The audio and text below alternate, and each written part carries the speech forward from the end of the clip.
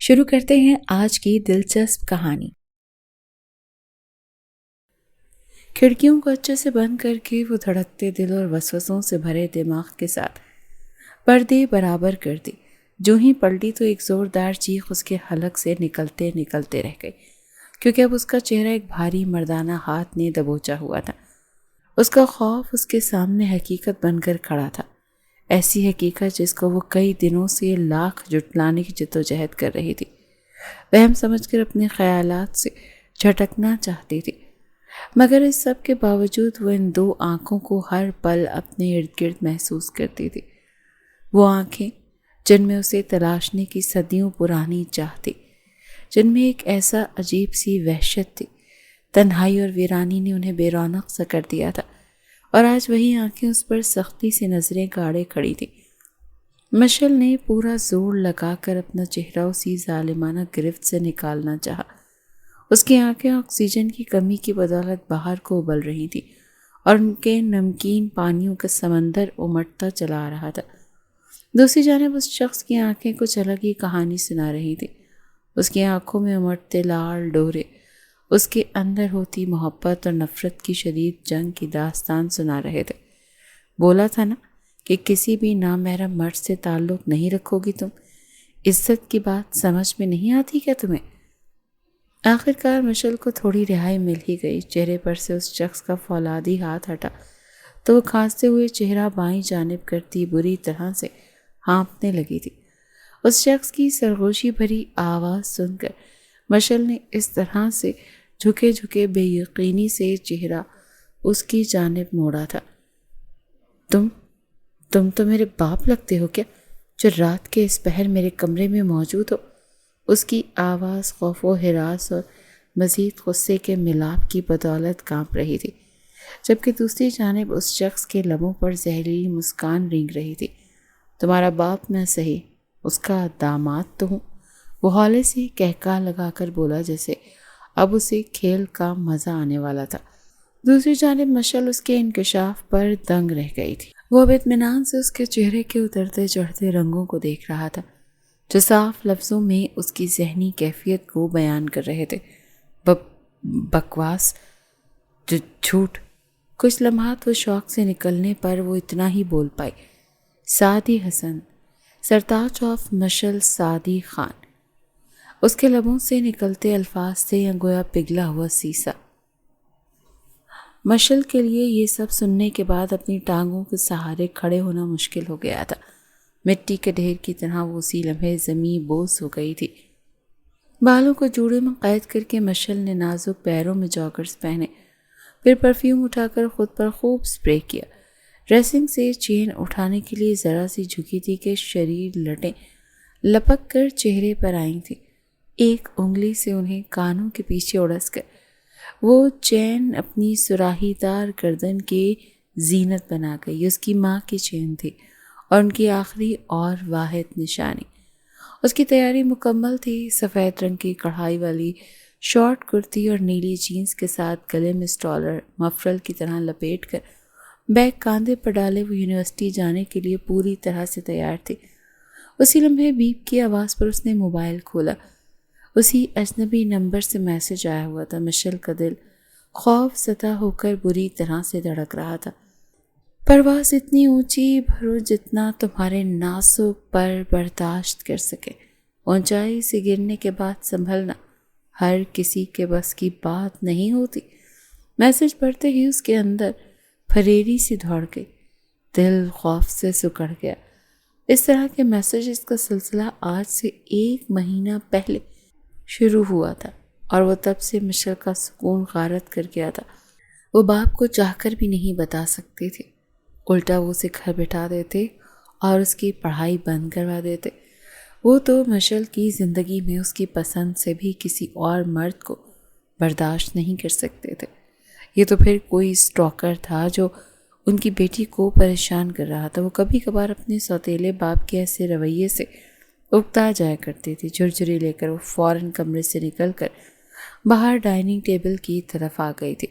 Good morning dad. آتے ہی وہ باپ کے کاندھے سے جھولتی اپنی کرسی سنبھال گئی۔ گڈ مارننگ، کیسی ہے میری لاڈو؟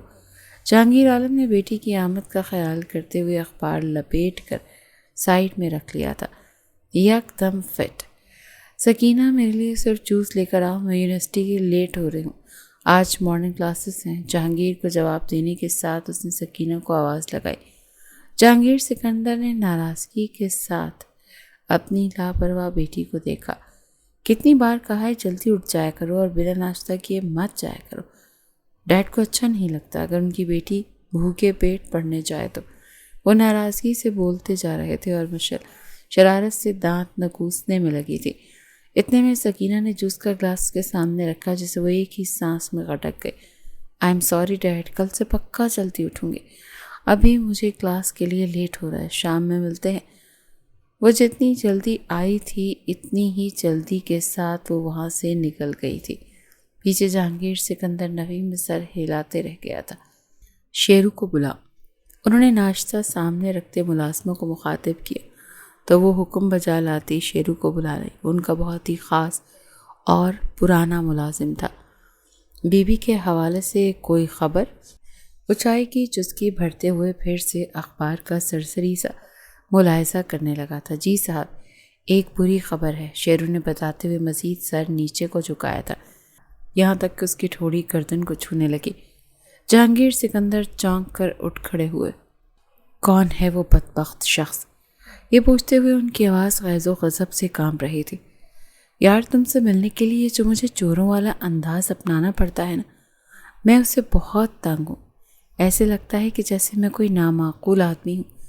ساحل کی بات سن کر مشل بے ساختہ قہقہ لگا کر ہنس پڑی اور گردن پیچھے کو گرائے بے ساختہ ہنستی ہی چلی گئی۔ کھانے کی اشتہا انگیز خوشبو، دھیمی آواز میں بجتا میوزک ریسٹورانٹ کی فضا کو اور بھی دلکش بنا رہا تھا۔ یہ شاید کی دلکشی وہاں پر بیٹھے نفوذ کی جذبات کی بدولت تھی۔ اور میرے بارے میں کیا خیال ہے؟ میں جو مارننگ کلاسز کا جھوٹ بول کر تمہارے ساتھ یہاں ناشتہ کر رہی ہوں، اگر ڈیڈ کو پتہ چل گیا تو تمہارا ناشتہ بنا کر ٹومی کو کھلا دیں گے۔ مشل نے بات کے اختتام پر ساحل کو ڈرایا۔ ہاں بالکل، اب ان کے نزدیک ہونے والے داماد کی یہی اہمیت ہوگی کہ وہ اسے اپنے شکاری کتے کو ناشتہ بنا کر پیش کر دے۔ وہ منہ بناتے ہوئے بولا، ان کا کوئی بھروسہ نہیں۔ مینگو شیک کے گلاس میں اسٹرا گھماتے ہوئے مشل نے بے چینی سے پہلو بدلا۔ اسے محسوس ہو رہا تھا کہ کوئی اس پر نظریں جمائے بیٹھا ہے۔ دو بے چین سی آنکھیں تھیں جو اس کے اچھے بھلے موڈ کو ہی درہم برہم کر رہی تھیں۔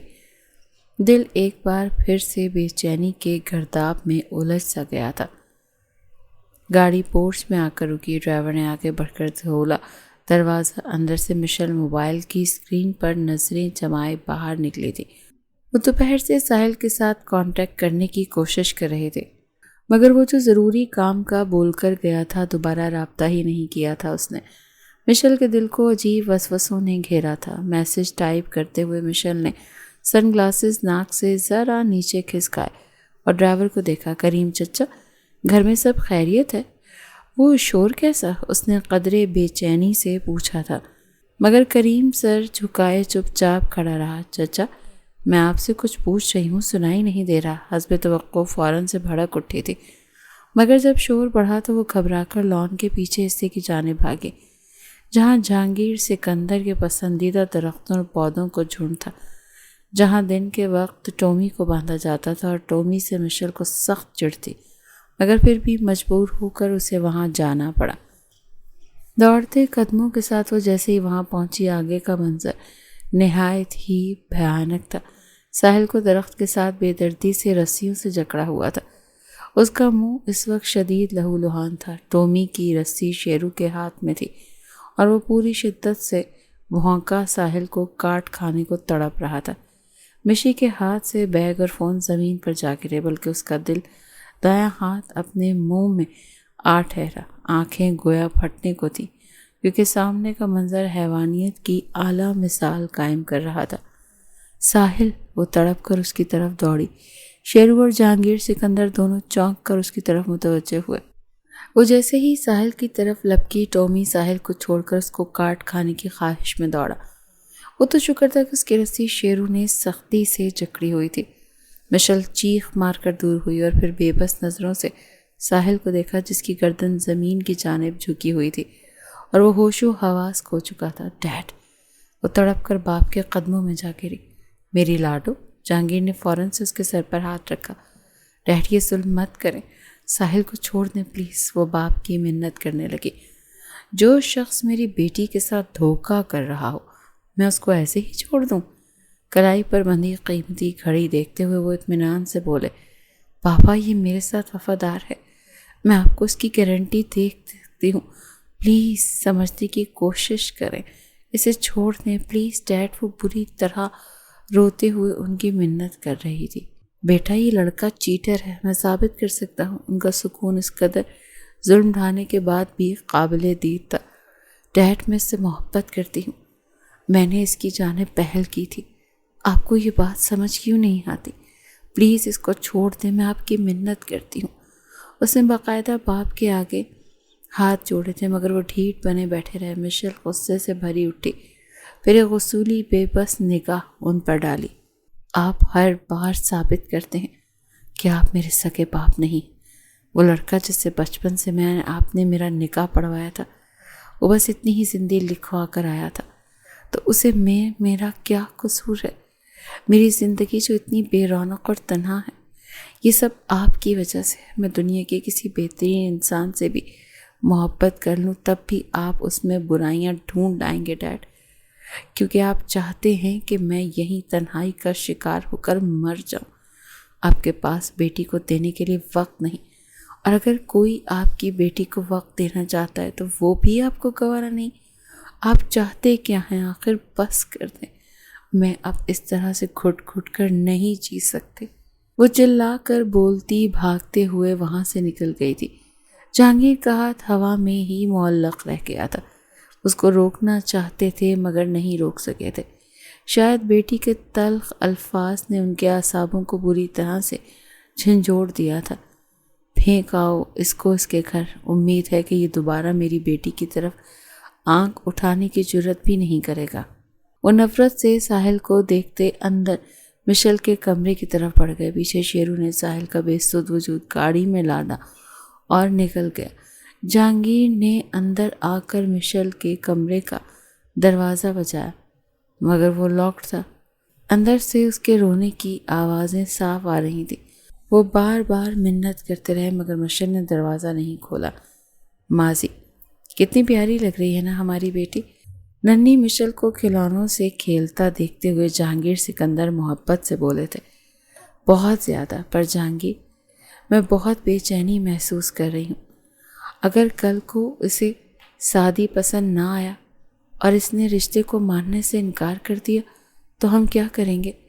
سحر بیگم کی پریشانی قابل دید تھی۔ جب پہلے ہی نکاح ہو چکا ہے اور یہ رشتہ بن چکا ہے تو ہماری لاڈو کی انکار کی جرت کہاں سے لائے گی؟ وہ بولتے ہوئے قہقہ لگا کر ہنس پڑے تو سحر بیگم بھی پھیکا سا مسکراتی تھی۔ پھر محبت سے 6 سالہ سعدی کو دیکھا جو اب ان کا داماد بن چکا تھا اور نہایت ہی بے بسی سے انہیں نک چڑھی چھوٹی سی 2 سالہ لڑکی بس اپنی بیگم کو اپنے کھلونوں کا آپریشن کرتے ہوئے دیکھ رہا تھا۔ سعدی جاؤ مشل کے ساتھ کھیلو، حسن خان نے جہانگیر کو آنکھ مارتے ہوئے کہا۔ سعدی کو بولا تاکہ وہ دونوں ایک ساتھ بیٹھا کر ان کی تصاویر لے سکیں۔ ان کے انداز پر جہانگیر نے بھی دانت نہ پوسے تھے۔ سعدی اور مشل کا تھوڑی دیر پہلے ہی تو نکاح ہوا تھا۔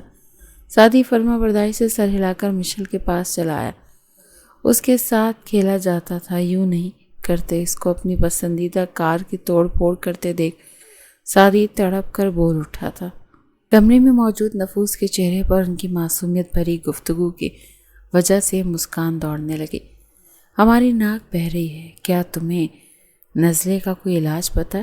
ٹھنڈی چیزیں مت کھایا کرو ورنہ دانت بھی گر جائیں گے۔ اب کی بار کمرے میں موجود نفوس کا چھت پھاڑ کہا گونجا تھا، جبکہ ان سب کو اگنور کرتا سعدی جیب سے رومال نکال کر اس کی ننھی ناک پونچھتے ہوئے اس کو بڑے انکل کی طرح سمجھا رہا تھا، اور مشل آنکھیں پٹ پٹائے ناسمجھی سے اس کو صرف دیکھ رہی تھی۔ جو کام وہ کر رہا تھا وہ اس کی مما کرتی تھی، تو پھر اس سے وہ تھوڑا سا بڑا بچہ کون؟ اس طرح بچوں کی معصومیت بھری باتیں اور خوشیوں کو جیتے ہوئے وہ دن گزرا۔ مشعل جہانگیر سکندر کی سگی اولاد نہیں تھی، بلکہ سحر بیگم کے شوہر کے انتقال کے بعد جہانگیر حسن جو ان کے شوہر کے پاس پرسنل سیکرٹری کی جاب کرتے تھے، انہوں نے سحر بیگم کو نہ صرف شادی کا پیغام دیا بلکہ ان کے شوہر کے بزنس کو بھی سنبھالا۔ حسن خان جہانگیر سکندر کے بہت ہی قریبی اور بہترین دوست تھے، دونوں بزنس میں شراکت دار بھی تھے۔ ان کا ایک ہی بیٹا تھا، سعدی حسن۔ یہ ان دونوں کے بیچ کی محبت اور مل کر محنت کرنے کا ہی نتیجہ تھا کہ ان کا بزنس دن دگنی اور رات چوگنی ترقی کر رہا تھا۔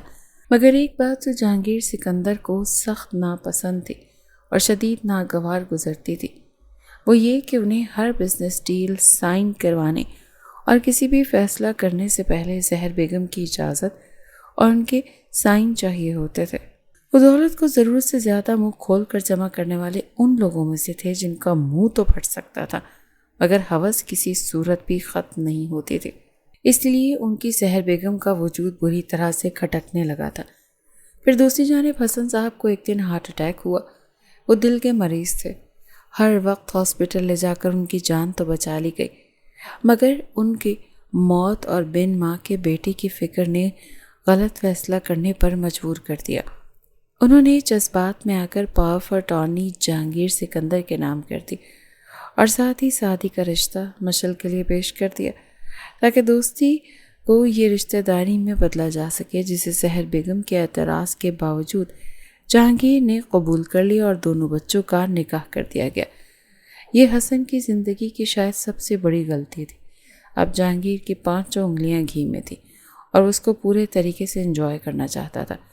یہ دسمبر کی ایک سرد رات تھی۔ 4 سالہ مشعل جہانگیر سکندر کے ساتھ دوسرے شہر گئی ہوئی تھی۔ جہانگیر کو بزنس میٹنگ کے سلسلے میں جانا تھا اور مشعل تو ویسے ہی باپ کی دیوانی تھی، فوراً سے ضد کرنے لگی ساتھ جانا ہے، تو جہانگیر اس کو بھی ساتھ لے گئے۔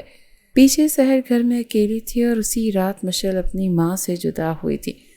سحر کی موت رات میں ہی دم گھٹنے کی بدولت ہوئی تھی کیونکہ وہ سونے سے پہلے کمرے کا ہیٹر بند کرنا بھول گئی تھی۔ نتیجتاً آکسیجن کی کمی اور دم گھٹنے سے وہ زندگی کی بازی ہار گئی۔ ماں کے مرنے کا مشعل پر بہت برا اثر ہوا تھا۔ ابھی وہ سب اس حادثے سے باہر نہیں نکلے تھے کہ ایک اور قیامت ان کے سر پر ٹوٹ پڑی۔ سعدی اور حسن خان کی جو چھٹیاں منانے کے لیے سعدی کی ضد پر کشمیر میں ان کے رشتہ داروں کے ہاں جا رہے تھے، راستے میں ان کا ایک ٹرالی کے ساتھ خوفناک ترین حادثہ ہوا جس کے نتیجے میں ان کی گاڑی کھائی میں جا گری اور ان کو مردہ قرار دے دیا گیا۔ جہانگیر تو جیسے دل کی ساری مرادیں پوری ہو گئی تھیں، اب وہ تھے اور ان کی سلطنت، وہ اکیلے بادشاہ تھے اور مشعل نے ان کی لاڈلی ترین شہزادی۔ وہ دنیا کا گھٹیا ترین اور دروغ گو شخص ہو سکتا تھا مگر مشعل کو اس نے اپنی سگی اولاد سے بڑھ کر پیار دیا تھا۔ اس کو نقصان پہنچانے کے بارے میں کبھی سوچ بھی نہیں سکتے تھے، بلکہ اگر ان کو کچھ ہو جائے تو یہ تصور کرنا بھی ان کے لیے مشکل تھا۔ تو پھر جہانگیر نے نقصان کس کا کیا تھا؟ اس ٹرالی ڈرائیور کی لاش کو ٹھکانے لگاتے ہوئے وہ اس کو نقصان پہنچانے کے بارے میں سوچ بھی نہیں سکتا تھا، بلکہ اگر اس کو کچھ ہو جائے تو یہ تصور کرنا بھی ان کے لیے مشکل تھا۔ تو پھر جہانگیر نے نقصان کس کا کیا تھا؟ اس ٹرالی ڈرائیور کی لاش کو ٹھکانے لگاتے ہوئے کسی نے تمہیں دیکھا تو نہیں؟ جہانگیر کی کرخت اور بے رحم آواز یہ سوال پوچھتے ہوئے سرگوشی میں بدلی تھی۔ جی صاحب، سب کام اچھے سے ہو گیا، فکر کی کوئی بات نہیں۔ شیرو اس کے سامنے ہاتھ باندھے کھڑا تھا۔ گڈ۔ حسن اور اس کے بیٹی کی لاش کا کیا بنا؟ یہ سوال کرتے ہوئے کمینگی کی انتہا تک مطمئن تھا۔ کھائی میں جا گری تھی ان کی گاڑی اور آگ لگ گئی تھی، جل کر راکھ ہو گئے۔ شیرو سر جھکائے اپنے مالک کی طرح سفاکیت کی انتہا کو چھوتا بتا رہا تھا۔ ہائے حسن، یہ دولت بڑی بری شے ہے، دوست کو دوست کا نہیں رہنے دیتی اور خالص رشتوں میں کھوٹ بھر دیتی ہے۔ تمہیں راستے سے ہٹانا میری مجبوری تھی، میں اپنی سلطنت میں کسی اور کی بادشاہت برداشت نہیں کر سکتا، تبھی اپنی بیوی تک کو راستے سے ہٹا دیا، تم تو بس صرف دوست تھے۔ وہ راکنگ چیئر پر جھولتا آنکھیں موندے خود سے بولے جا رہا تھا، یہ جانے بنا کہ قسمت اس سے بھی برا کھیل اس کے ساتھ کھیلنے جا رہی ہے، مگر ابھی اس کی رسی کو رب نے دراز کیا ہوا تھا اور وہ بے وقوف اس سے بے خبر اپنی آخرت کو بھلائے دنیا کی لالچ میں اندھا ہوا بیٹھا تھا۔ دروازے کی اوٹ میں کھڑے ایک شخص کی آنکھوں میں بے یقینی اتری تھی۔ گویا اس کا مان کا قتل ہوا تھا۔ وجود سے جیسے کسی نے روح کھینچ لی ہو، دل چھلی ہو گیا ہو اس شخص کی سفاکیت کو دیکھ کر۔ پھر چپ چاپ مڑ گیا کسی دن پورے زور و شور کے ساتھ لوٹنے کے لیے۔ جہانگیر اور شیرو اس سے بے خبر تھے۔ کمرے میں کے آنے کے بعد نہ جانے کب وہ روتے روتے سو گئی تھی، پتہ نہیں چلا۔ رات کے 11 بج رہے تھے جب اس کے فون کی گھنٹی بج اٹھی تھی۔ مندی مندی آنکھوں سے اٹھ کر اس نے ارد گرد کا جائزہ لیا۔ سب کچھ ویسا ہی تھا۔ وہ ہمیشہ کی طرح ایک بار پھر تنہا ہو گئی تھی۔ خالی خالی نظروں سے وہ سامنے دیوار کو گھورتی رہی۔ فون بج کر بند ہو گیا تھا۔ مشل نے اپنا ماتھا چھوا جو کہ بخار سے تپ رہا تھا۔ خود کو گھسیٹتے ہوئے وہ سائڈ ٹیبل تک آئی تھی اور پانی کا گلاس بھر کر لبوں سے لگا لیا تھا۔ اسی اثنا میں فون پھر سے بج اٹھا۔ جو ہی مشل نے اسکرین پہ نظروں کے سامنے دیکھا، اس کی آنکھیں باہر کو ابل آئیں۔ یہ وہی اسٹاکر تھا، اسے کال کر رہا تھا، یعنی کہ اس میں اتنی جرت آ گئی تھی کہ وہ میسج کے بجائے اب ڈائریکٹ کال کر سکے۔ اس کے لاتعداد میسیجز بھی آئے ہوئے تھے۔ لبوں پر زبان پھیرتے ہوئے اس نے کال اٹینڈ کر کے فون کان سے لگایا۔ "You can't escape me. I'm always watching you." سرسراتی ہوئی سحر انگیز مگر وارننگ سے بھری ہوئی آواز جس کو سنتے ہی مشل کے رونگٹے کھڑے ہو گئے۔ کون ہو تم؟ گہری سانس بھر کر اس نے خود پر قابو پایا۔ آج اس نے بھی ٹھان لی تھی کہ وہ پوچھ کر رہے گی کہ وہ ذلیل انسان آخر چاہتا کیا ہے۔ "تمہارا ہمدرد." ٹھک سے جواب آیا۔ "سیریسلی؟ پر مجھے تمہاری ہمدردی کی کوئی ضرورت نہیں." وہ خوف سے ذرا سا رہائی پاتے ہوئے تکیے سے ٹیک لگا گئی تھی۔ ساتھ میں لاپرواہی سے جھلا کر جواب دیا۔ "تمہیں کس چیز کی ضرورت ہے؟" وہ پوچھ رہا تھا۔ لہجے میں صرف اپنائیت تھی۔ کرختگی لمحے بھر میں غائب ہو گئی تھی۔ وہ لہجہ مشل کو اپنے سحر میں جکڑ گیا تھا۔ "مجھے محبت کی، توجہ کی، خلوص سے بھرے رشتوں کی اور ایک ایسے شخص کی ضرورت ہے جو اپنی زندگی میں مجھے چاہتا ہو." اور میں اسے اس اجنبی کو یہ سب بتاتے ہوئے اس کی دماغ میں ساحل کا عکس تھا۔ "تمہیں محبت، توجہ، رشتے اور وہ شخص جو صرف تم سے محبت کرتا ہو سب ملے گا، پر کیا تم بھی اس سے محبت کر پاؤ گی؟"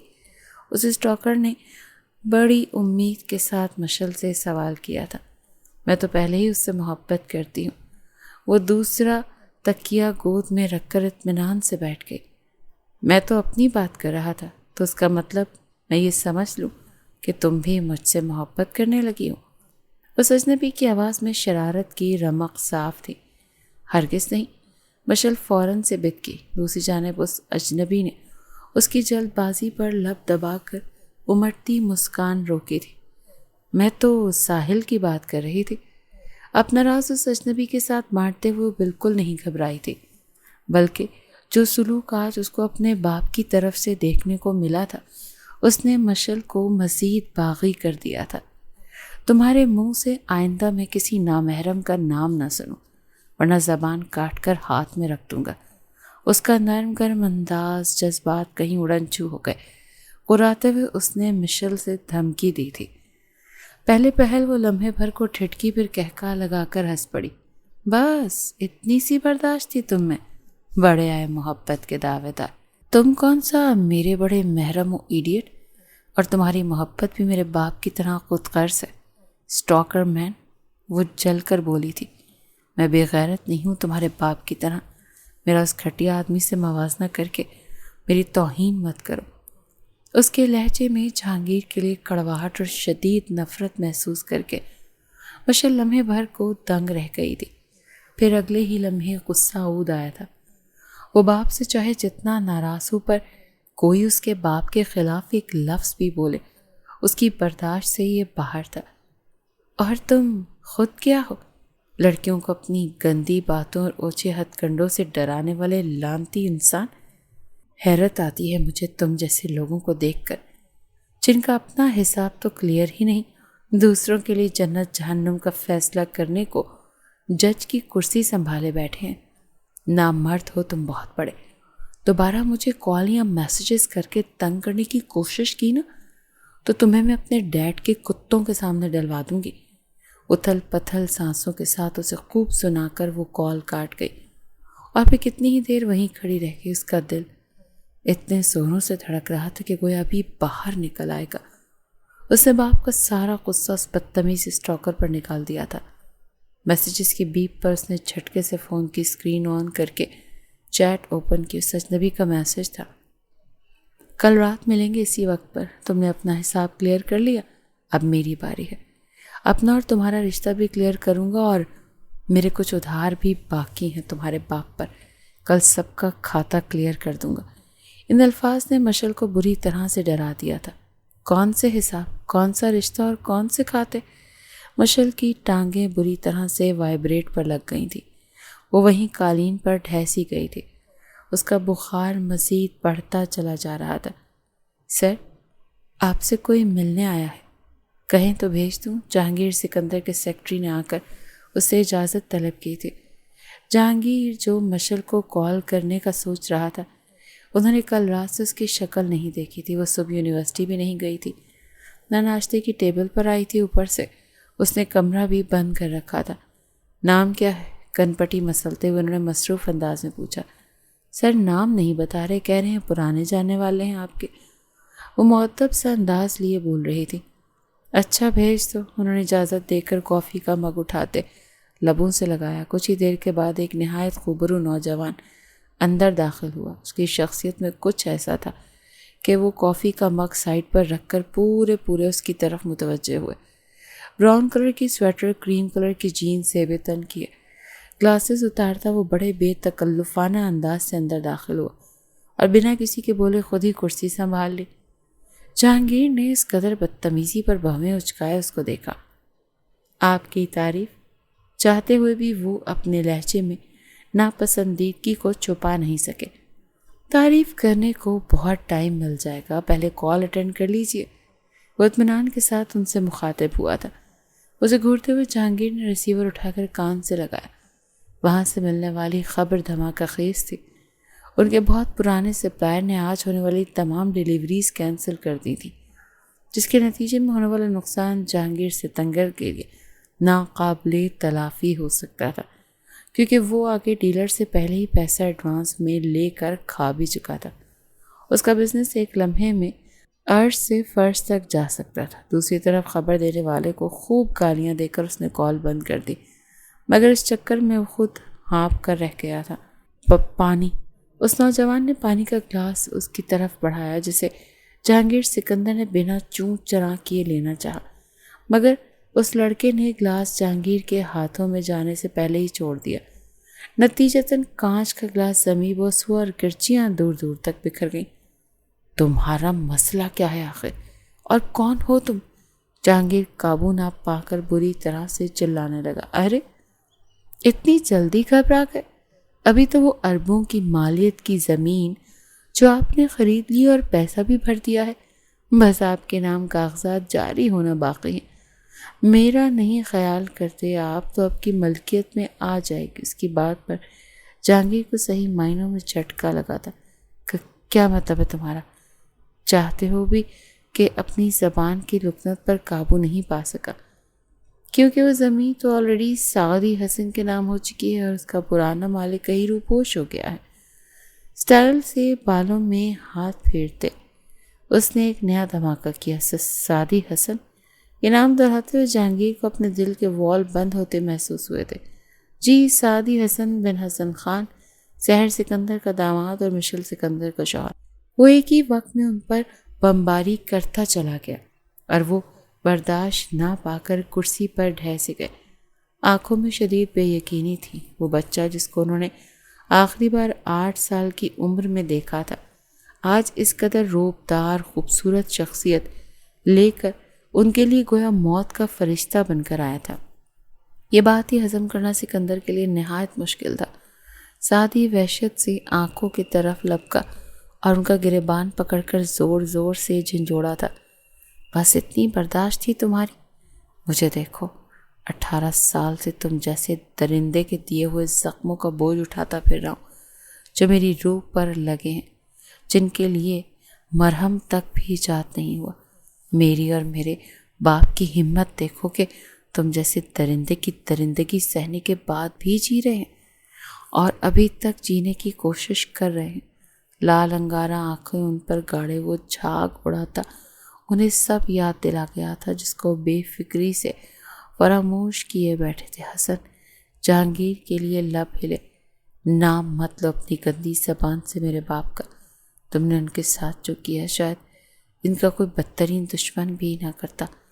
کیا کیا ہے میں نے؟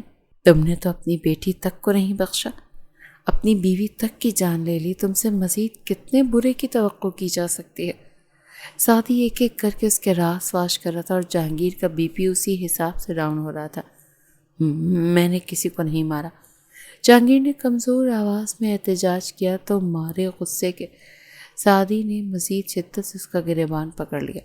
بکواس مت کر، میرے باپ نے سب کچھ مجھے بتا دیا ہے، میرے باپ نے سب کچھ اپنے کانوں سے سنا تھا اور تیرے اس شیرو نے سب اگل دیا ہے تھوڑے سے ڈنڈے کھا کر۔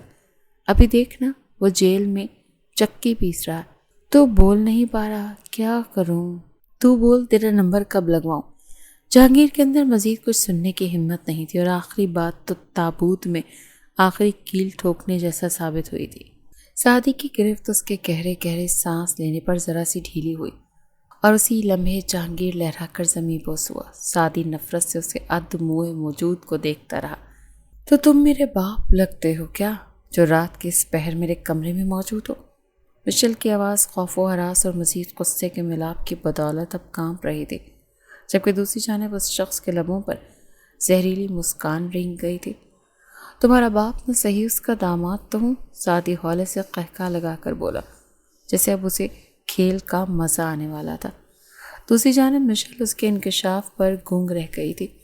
وہ اب اطمینان سے اس کے چہرے کے اترتے چڑھتے رنگوں کو دیکھ رہا تھا جو صاف لفظوں میں اس کی ذہنی کیفیت کو بیان کر رہے تھے۔ بکواس، جھوٹ۔ کچھ لمحات بعد شوق سے نگلنے پر وہ اتنا ہی بول پائی، سعدی حسن، سرتاج آف مشل سعدی خان۔ اس کے لبوں سے نکلتے الفاظ تھے یا گویا پگھلا ہوا سیسا۔ مشل کے لیے یہ سب سننے کے بعد اپنی ٹانگوں کے سہارے کھڑا ہونا مشکل ہو گیا تھا۔ مٹی کے ڈھیر کی طرح وہ اسی لمحے زمیں بوس ہو گئی تھی۔ سعدی نے افسوس بھری نظروں سے زمین پر گری اس لڑکی کو دیکھا۔ تم تو سعدی حسن کی منکوحہ ہونے کی حیثیت سے بڑی کمزور ثابت ہوئی ہو۔ تمہارا شوہر تو تکالیف سہنے میں بڑا ماہر ہو گیا ہے، چاہے وہ جسمانی ہو یا روحانی۔ اس کا گال تھپکتے ہوئے مشل کو ہوش میں لانے کی کوشش کرتا وہ بڑبڑا رہا تھا، مگر احساس ہوا کہ وہ شدید بخار میں تپ رہی تھی۔ جہانگیر سکندر کو ہاسپٹل ایڈمٹ کروانے کے بعد ہی وہ مشل کے پاس آیا تھا۔ جہانگیر کو ہارٹ اٹیک ہوا اور ان کی حالت بہت خراب تھی۔ حسن خان کو ان کے پاس بھیجنے کے بعد وہ خود مشل کے پاس آیا تھا تاکہ اسے ان کے رشتے کی حقیقت بتا سکے اور یہ بتا سکے کہ اس دن سعدی حسن اور اس کا بیٹا مرے نہیں تھے، وہ زندہ تھے اور جینے کی کوشش کر رہے تھے، صاف اپنی مشل کے لیے۔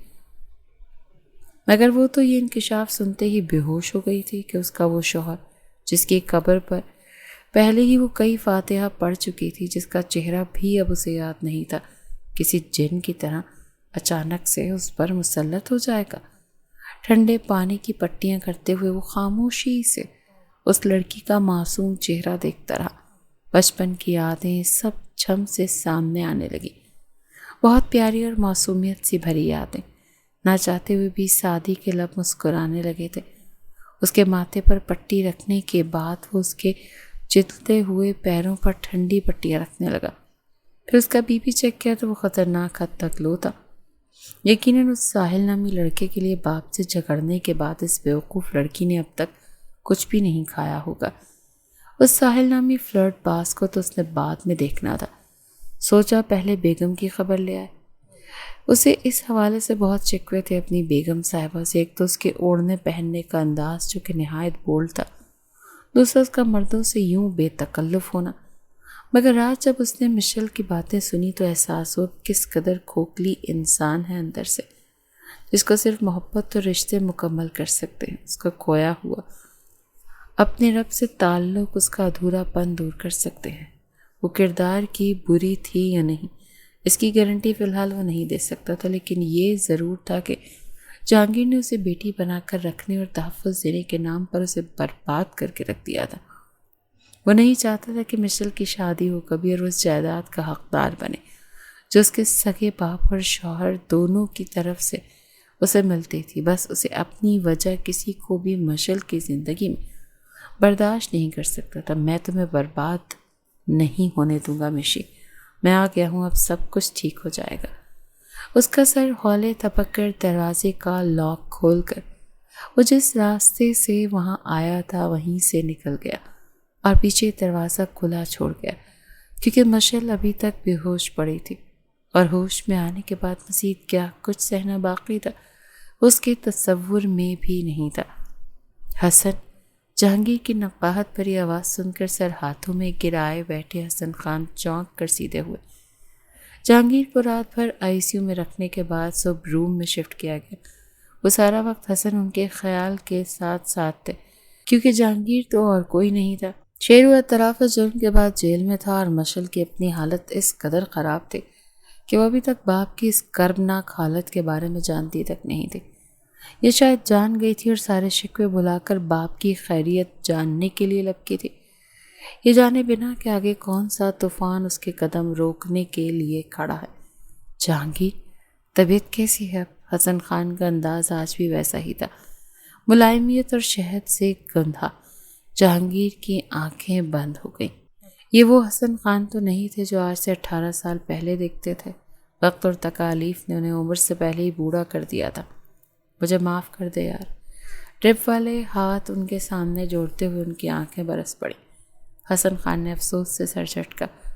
تمہیں یہ خیال اب آیا ہے کیونکہ میں اور میرا بیٹا تمہارے سامنے آ کر کھڑے ہو گئے؟ اگر ہم اس حادثے کے دن سچ میں مر جاتے تو تمہیں ہم یاد بھی نہ آتے آج، ہے نا؟ انہوں نے بڑی ہمت سے اپنے لہجے کو تن سے پاک رکھنے کی کوشش کی تھی۔ جہانگیر شرمندگی سے چہرہ ہی موڑ گیا۔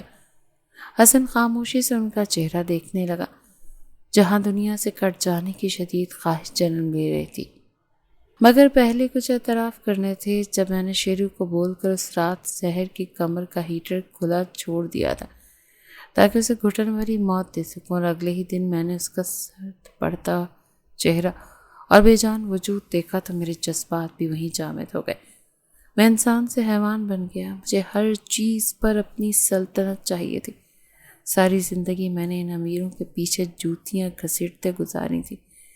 جب خدا نے برکت والا کام دیا، میرے دن بدلے، تب سے بڑی رکاوٹ مجھے سحر لگتی تھی۔ بزنس جو اس کے سابقہ شوہر کا تھا، اسی لیے کوئی بھی ڈیل کرنی ہو تو جہانگیر سکندر اور جو کہ کمپنی کا CEO تھا اسے سائن کروانے کے لیے سحر بیگم کے آگے جھکنا پڑتا تھا۔ بس میں نے اسی وجہ کو ختم کر دیا۔ مگر تم اور تمہارا بیٹا تو میری حیوانیت کا شکار ہوئے، بلکہ میں نے تو اس ٹرالی ڈرائیور کو بھی مروا دیا جس کو پیسے دے کر میں نے تمہاری گاڑی کا ایکسیڈنٹ کروانا چاہا۔ مگر دیکھو میرے رب کی قدرت، مجھ جیسا قاتل کے سامنے اس نے کس شان سے تمہیں لا کھڑا کیا، اور میں صرف دیکھتا ہی رہ گیا۔ وہ بات کے اختتام پر گہری سانسیں بھرنے لگے۔ حسن صاحب نے نم آنکھوں کو مسئلہ اپنے مجرم کے منہ سے یوں اعتراف جرم سننا پرانے زخموں کو دھیڑتا گیا۔ میں آیا تھا تمہارے پاس اس حادثے کے بعد۔ ٹھنڈی سانس بھرتے ہوئے کچھ دیر بعد حسن صاحب نے بولنا شروع کیا۔ ان کے اعتراف پر جہانگیر کی آنکھیں بھی پھیلی تھیں۔ دل میں ایک بار پھر ہلکا ہلکا سا درد ہونا شروع ہوا تھا۔ جب حادثہ ہوا تو ہماری گاڑی کھائی میں جا گری، گاڑی میں آگ لگ گئی، مگر پھر وہاں کے کچھ مقامی لوگوں نے بروقت ہماری مدد کی اور ہماری جان بچ گئی۔ کشمیر میں سعدی ہمیشہ میری پھپھو یعنی اس کی دادی کی بات ٹھہرتا ہوتا تھا۔ ہم واپس ان کے گھر چلے گئے۔ انہوں نے اس مشکل وقت میں ہمارا بڑا ساتھ دیا۔ سعدی کے بائیں بازو پر بری طرح سے وہ جھلس گیا تھا۔ وہ تکلیف اس کی عمر کے حساب سے بہت زیادہ بڑی تھی، مگر وہ بے حد صبر والا بچہ تھا۔ پھر تقریباً 2 مہینے بعد کچھ طبیعت سنبھلنے پر رات کے وقت تمہارے گھر آیا تھا تمہیں سرپرائز دینے، مگر مجھے کیا پتا تھا کہ وہاں تو بہت سے سرپرائزز میرے ہی منتظر ہوں گے۔ تم شیرو کے ساتھ جو گھنونا کھیل تم نے مل کر ہمارے ساتھ کھیلا اس کو ڈسکس کر رہے تھے، اور مزید یہ کہ تم میری پراپرٹیز کو بیچنا چاہتے تھے۔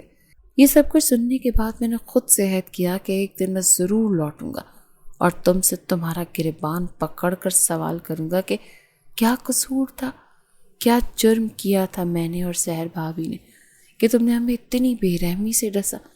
اگر زہر نکال بھی دیتے تو زندگی ڈسنے کے نشان نہ جاتے، مگر ہمیشہ کی طرح۔ مگر تمہاری حالت دیکھ کر اندازہ ہو رہا ہے کہ میں تو یہاں سے بھی نامراد ہی لوٹوں گا۔ وہ افسوس سے بولتے اٹھ کھڑے ہوئے۔ جہانگیر نے تڑپ کر ان کا ہاتھ تھامنا چاہا۔ مجھے معاف کر دو حسن، خدارا مجھے معاف کر دو۔ باہر دھڑام کی آواز کے ساتھ کسی کے گرنے کی آواز آئی۔ حسن چونک کر دروازے کی طرف لپکے جہاں مشل زمین پر بے ہوش پڑی تھی۔ ان کی پیشانی پر مارے پریشانی کی سلوٹیں ابھری ہوئی تھیں۔ نہ جانے وہ کب آئی اور کب ان سے دونوں کی باتیں سن رہی تھی۔ اس کی حالت دیکھ کر مجھے اندازہ ہو گیا تھا کہ وہ امی سے بات کا سچ جان چکی ہیں۔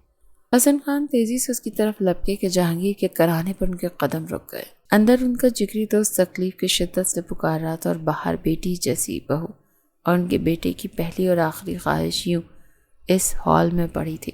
وہ شاید حسن خان کی زندگی کی سب سے مشکل گھڑی تھی۔ 3 ماہ بعد وہ جاگنگ کرنے کے بعد سیدھا کچن میں آیا تھا جہاں مشل اس کی طرف سے لبوں پر چپ کا تالا لگائے روزمرہ کی طرح ناشتے بنا رہی تھی۔ فریج سے پانی کی بوتل نکال کر پانی پینے تک سعدی کی نگاہیں مسلسل اپنی بیگم پر ٹکی تھیں جس نے پچھلے 3 مہینے سے کچھ نہ بولنے کی قسم کھا رکھی تھی سوائے ضروری بات کے۔ آج ناشتے میں کیا بن رہا ہے؟ اس نے تھوڑی مشل کے کاندھے پر ٹکائے دوستانہ انداز میں پوچھا۔ وہ فوراً سے 2 قدم پیچھے ہٹی، ساتھ ہی اس کے ناشتے کی ٹرے سجانے کے لیے فوری اسے ہاتھ چلانا شروع کر دی۔ سعدی مایوسی کے ساتھ اسے دیکھنے لگا۔ اس دن جہانگیر کی موت اور ان کی سچائی دونوں کا دھچکا مشل کے ہوش و حواس اس کے ساتھ واپس لے آیا تھا۔ کئی دن وہ ہاسپٹلائز رہی ہے۔ حسن خان اور سعدی نے اس کو مل کر سنبھالا تھا تو وہ جینے کے قابل ہوئی تھی، مگر لبوں پر چپ کی مہر لگائے شارجہ لے آ گئے تھے۔ جہانگیر ان کا گھر تھا، 2 منزلہ مکان جس کے اندرونی معماری لکڑی کے ساتھ جبکہ بیرونی حصہ پتھر کے ساتھ تعمیر کیا گیا تھا۔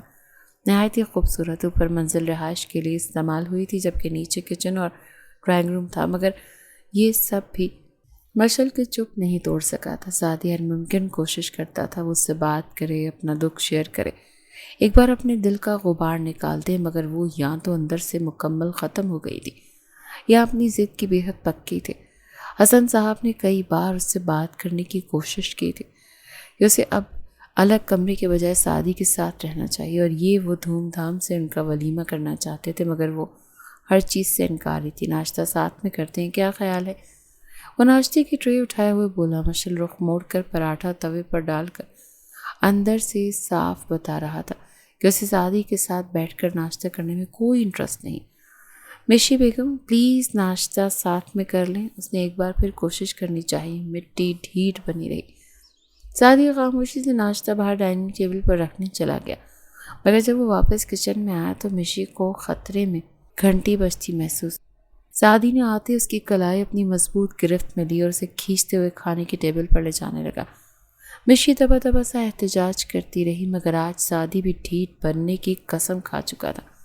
منہ کھولو، لقمہ بنا کر اس کی طرف بڑھاتے ہوئے سعدی نے اسے مخاطب کیا۔ قیمہ آلو کے ساتھ پراٹھوں کی اشتہا انگیز خوشبو نے مشی کی بھوک تو چمکائی، مگر پھر انا غالب آ گئی تو فوراً سے منہ پھیر کر وہاں سے جانا چاہتی تھی۔ سعدی واپس اسے کھینچ کر بٹھایا تھا۔ میں نے کہا کھاؤ اسے۔ اب کی بار اس کے انداز میں سختی تھی۔ وہ پراٹھا جل جائے گا۔ آخرکار مشی کی چپ ٹوٹی تھی۔ منمناتے ہوئے اس نے بہانہ گھڑنا چاہا۔ سعدی کے چہرے پر خوشگوار مسکان چھا گئی۔ فائنلی اس کی گونگی بیگم نے اپنے منہ کھولنے کے لیے اپنے لبوں کا استعمال کیا اور اس کے ساتھ ہی حسن خان کچن سے نکلنے لگا۔ پراٹھا نہیں چلے گا کیونکہ حسن خان عرف سپر مین بابا اپنی بیٹی کے لیے یہاں موجود ہیں۔ چہک کر بولتے ہوئے انہوں نے گرما گرم پراٹھا مشی کی پلیٹ میں رکھا اور وہ جھینپ گئی۔ بیگم حضور، میں آپ کی خدمت میں کب سے نوالا حاضر کیے کھڑا ہوں، برائے مہربانی نوش فرما لیں۔ سعدی کی بیچار کی بھری آواز سن کر مشی مشکل میں پڑ گئی۔ اب وہ پہلی والی بولڈ مشی نہیں رہی تھی۔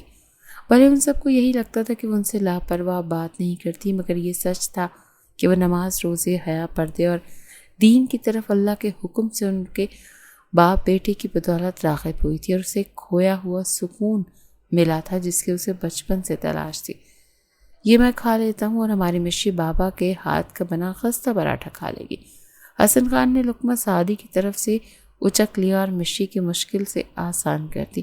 مشی نے بے ساختہ سکون کی سانس بھری۔ سعدی نے منہ بنا کر باپ کو دیکھا تو انہوں نے شرارت سے آنکھ دبائی۔ کمرہ باپ بیٹے کی ہنسی سے گونج اٹھا تھا۔ تم یہاں ہو اور میں بابا اتنا پریشان ہو گئے ہیں۔ سعدی کی آواز سنتے موبائل کی اسکرین کو دیکھ کر بے آواز روتی مشی نے جلدی سے اسکرین آف کر کے فون چھپایا۔ وہ بنا کسی کو بتائے گھر سے نکل کر بات پارک تک آ گئی۔ یہاں بیٹھ کر وہ اپنے اندر کے غموں سے نجات پانے کی کوشش کرتی اور کودتے بچوں کو دیکھ کر خوش ہو جایا کرتی تھی۔ ابھی وہ ساحل کا انسٹاگرام دیکھ رہی تھی کہ آج اس نے اپنی نئی گرل فرینڈ کے ساتھ پکچر اپلوڈ کی تھی، مگر نہ جانے کیوں اسے آج افسوس نہیں ہوا تھا۔ شاید جہانگیر سکندر ساحل کے بارے میں ٹھیک ہی کہتے تھے۔ وہ فلرٹ باز لڑکا تھا، بہت بڑا، اور مشی کو بھی آسانی سے مہرا سمجھ کر ٹائم پاس ہی کر رہا تھا، اور اوپر سے حسن بابا جیسے شفیق اور سعدی جیسے پروقار اور بہترین مرد کے ساتھ رہتے۔ اسے اس چیز کا احساس ہوا کہ اب تک اپنی زندگی میں صرف اس نے خراب مرد ہی دیکھے تھے۔ تم رو رہی ہو؟ سعدی فکر مندی سے پوچھتا۔ اس کے ساتھ بینچ پر بیٹھ کے جواباً مشی نفی میں سر ہلاتی، ذرا سا رخ موڑ کر اس کی آنکھوں کے بھیگے گوشے صاف کرنے لگی۔ خیر، رو تو رہی تھی، مگر بیگم حضور، آپ اپنی جیب سے رومال نکالنے کے ساتھ اس نے مشی کا چہرہ اپنی طرف کیا اور نرمی سے اس کے آنسو پہنچے۔ وہ آنکھوں میں ان گنت جذبے لیے اس کو دیکھتی ہی گئی۔ سعدی نے اس کی محویت محسوس کی، اس کی ناک دبائی تو وہ بدھک کر پیچھے ہوئی۔ سعدی بے ساختہ قہقہ لگا کر ہنس پڑا۔ شکر ہے اب صرف تمہارے آنسو کرنے پڑیں گے، ورنہ بچپن میں تمہاری ناک بھی صاف کرنی پڑتی تھی، گندی بچی۔ وہ اسے چڑھاتے ہوئے بولا۔ مشی کا دل چاہا کہ مارے شرم کے وہیں مر جائے۔ ایک جھٹکے سے وہ بینچ پر سے اٹھی اور پیر پٹکتے ہوئے پارک سے نکل گئی۔ اس کے پیچھے بھاگتا سعدی اپنی ہنسی پر قابو کی اس سے معذرت کرتا رہا، مگر اس کی روٹھی بیگم مزید روٹھ گئی تھی۔ مشی بیٹا یہاں آئے، مجھے آپ سے بہت ضروری بات کرنی ہے۔ حسن صاحب نے اپنے کمرے میں جاتی مشی کو پکارا تو وہ چپ چاپ ان کے پاس جا کے بیٹھ گئی۔ بچے، اگر آپ کو کوئی پسند ہے اور آپ سعدی کے ساتھ نہیں رہنا چاہتی تو آپ کھل کر بتا سکتی ہیں۔ اس طرح زبردستی سے تو یہ رشتہ خسارے میں پڑ جائے گا، اور جس طرح آپ کا سعدی کے ساتھ رویہ ہے یہ بھی کسی طور مناسب نہیں ہے۔ ان کا لہجہ ہر قسم کے طنز سے پاک اور سادہ تھا، مگر جانے کیوں مشی کو شدید شرمندگی محسوس ہوئی۔ سر جھکائے وہ یہ بتانے کے لیے جدوجہد کرنے لگی کہ وہ سعدی کے ساتھ رہنا چاہتی ہے، بس اسے کچھ وقت درکار ہے جو پورا ہو جائے گا۔ وہ سعدی کے بغیر اپنی زندگی جینے کا تصور بھی نہیں کر سکتی۔ بیٹا، آپ کو آج بولنا ہوگا، آپ دونوں کی زندگی کا سوال ہے۔ اگر آپ زندگی میں کوئی اور پہلے جس کو آپ نہیں نکال سکتی تو میں آپ دونوں کی علیحدگی کروا کر خود آپ کو یہاں سے رخصت کروں گا۔ بچے، مجھے اپنے باپ کی جگہ رکھیں جیسے میں آپ کو اپنی اولاد کی طرح چاہتا ہوں۔ انہوں نے شفقت بھرا ہاتھ مشی کے سر پر رکھا۔ ان کی محبت کو محسوس کر کے مشی کی آنکھیں بھیگی تھیں۔ اس کے نکاح کا خطبہ کسی اور کے ساتھ پڑھانے کے بعد میرا جنازہ پڑھنے کا بھی وقت نکال لیجئے گا، کیونکہ میرے جیتے جی نہ تو میں اسے چھوڑوں گا اور نہ یہ کسی اور کی دلہن بنے گی۔ سعدی کی سرد آواز پر وہ دونوں اچھلے تھے، جو دروازے کی چوکھٹ پر کھڑا سرخ آنکھوں سے مشی کو گھور رہا تھا۔ مشی نے تڑپ کر اسے دیکھا اور پھر حسن صاحب کو کہا، جو لب بھینچ گئے۔ پھر وہ غصے سے جھاگ اڑاتا وہاں سے نکل گیا۔ مشی نے اس کے جانے کے بعد گہری سانس لی اور پھر حسن صاحب کی طرف متوجہ ہوئی۔ بابا، آپ کو ضرور کوئی غلط فہمی ہوئی ہے۔ میری زندگی میں اگر کوئی تھا تو میں اسے بہت پیچھے چھوڑ آئی ہوں۔ میری زندگی میں اتنے دھوکے کھائے ہیں، نقاب زدہ چہرے دیکھے ہیں، اور جب ان کا نقاب ہٹا تو مجھے پتہ چلا کہ اس خوبصورتی کے پیچھے کتنے بھیانک چہرے تھے۔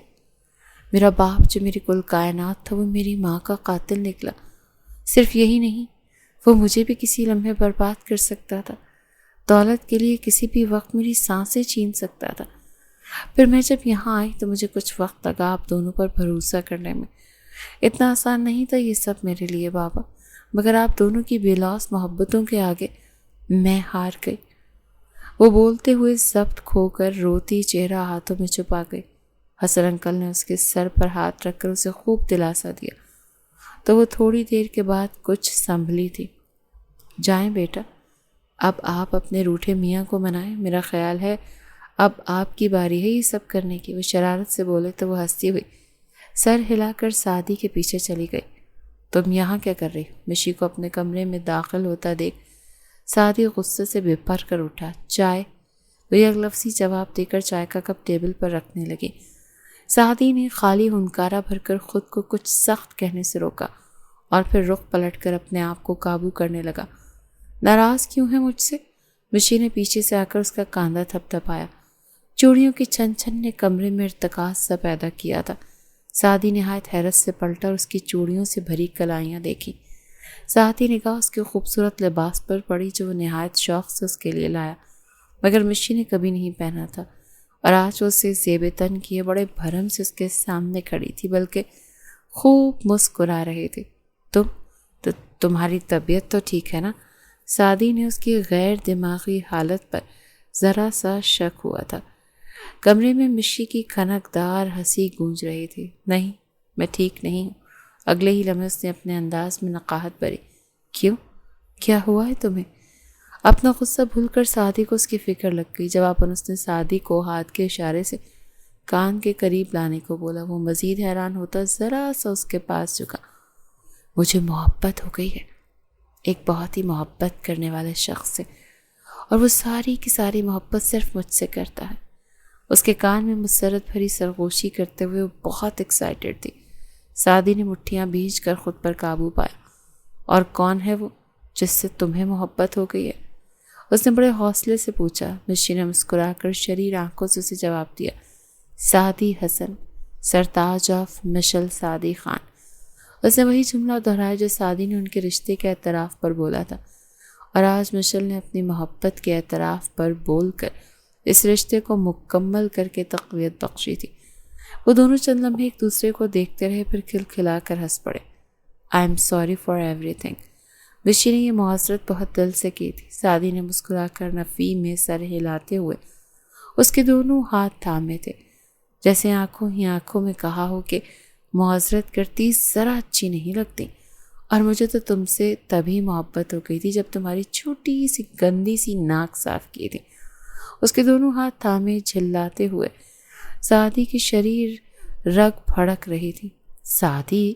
مشی کی ناراضگی بھری آواز اور سعدی کے قہقہے سے پورا گھر گونج اٹھا تھا۔ باہر حسن خان پرسکون سے بہو کے ہاتھوں سے بنی چائے کا کپ لبوں سے لگا گئے۔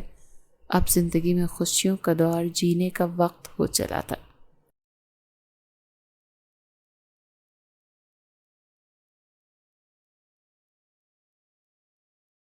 میں امید کرتی ہوں کہ آپ کو ہماری آج کی کہانی پسند آئی ہوگی۔